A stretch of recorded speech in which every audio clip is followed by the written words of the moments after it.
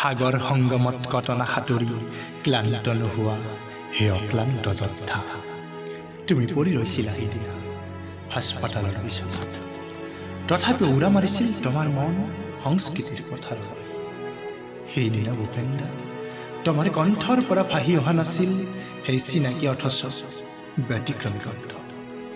আহিবনো কেনেকৈ তুমি যে হাস্পাতালৰ বিচনাত। ভূপেন্দা, তোমাৰ কণ্ঠত প্ৰাণ পাই উঠে আমাৰ এই বিচিত্ৰ দেশ। তোমাৰ গানত পায় হালোৱা সজোৱা কৃষক বনোৱা সকলোৱে জীৱন আৰু জীয়াই থকাৰ অৰ্থ। তোমাৰ সেই চিনাকি লুইত যি নাচি উঠে তোমাৰ গানত। কিন্তু সেইদিনা ভূপেন্দা, তুমি গাব পৰা নাছিলা আস্থাহীনতাৰ বিপৰীতে গভীৰ আস্থাৰ গান, মানুহৰ গান, সময় আৰু সমন্বয়ৰ গান।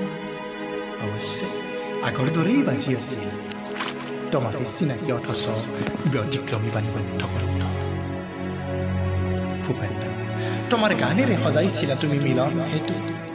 কিন্তু ভূপেন্দা, তুমি গাব পৰা নাছিলা কিয় সেইদিনা?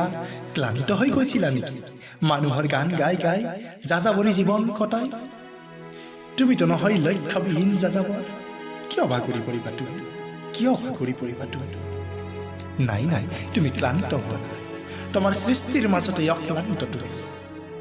জানানে ভূপেন্দা, সেইদিনা মন্দিৰ মছজিদ গীৰ্জা সকলোতে চলিছিল আৰাধনা। তুমি সুস্থ হৈ উঠা ভূপেন্দা, তুমি সুস্থ হৈ উঠা।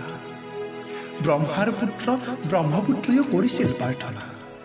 কিন্তু ভূপেন্দা, নিয়তিৰ কৰুণা অভাৱ।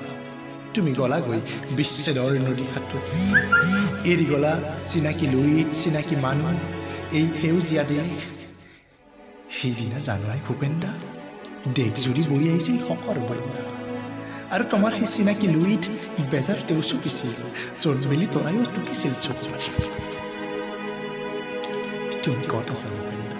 পৰেনে মনত তোমাৰ চিনাকি লুইত চিনাকি মানুহ আৰু এই সেউজীয়া দেশ? এতিয়াও গোৱানে গান?